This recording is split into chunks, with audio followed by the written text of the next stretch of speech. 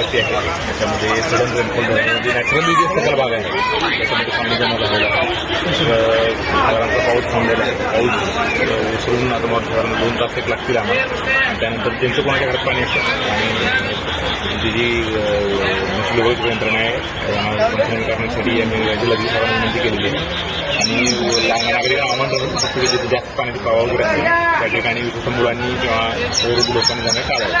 कारण 2 तास आमची यंत्रणा आहे. ज्या ठिकाणी पाणी कुठं अडले असेल काय असेल त्याच्या काढण्यासाठी आमची यंत्रणा तिथं दाखवतो. अद्याप कुठल्याही प्रकारची मदत यंत्रणा या भागात पोहोचली नाही. एनडीआरएफ टीम असो, अग्निशमन दल असो किंवा बचाव पथक जे असो त्याच्यासाठी एनडीआरएफची आवश्यकता नाही आपल्याला या ठिकाणी फक्त हे नॅचरल फ्लो आहे तो पण जाणार नाही आहे. हा नॅचरल शटल भाग आहे ते एनडीआरएफची टीम कॉलण्यासाठी परिस्थिती नाही आहे. त्याच्यामध्ये आमची यंत्रणा जी आहे ते येऊन आपल्याला हे पाणी जोपर्यंत वाहून जात नाही तोपर्यंत आपल्याला फक्त पाणी वाहून जाऊन देण्यासाठी जी काही आपल्याला मदत करावी लागेल ते करणार आहे. तर नागरिकांनी अजून कोणाच्या घरामध्ये पाणी आहे परंतु फक्त नागरिकांनी काळजी घेणं आवश्यक आहे की अननेसेसरी जिथे पाण्याचा जास्त प्रवाह आहे त्या अशा ठिकाणी जाणं टाळा. तर इथं पुढे नाला जे बंदिस्त करण्यात आलेलं आहे असे जे काही आमच्याकडे लक्षात आलेलं आहे त्याला नोटीस पण इश्यू केलेली आहे. आता समजा 1-2 दिवसात नाही काढलं तर आमच्याकडून कारवाई करण्यात येईल.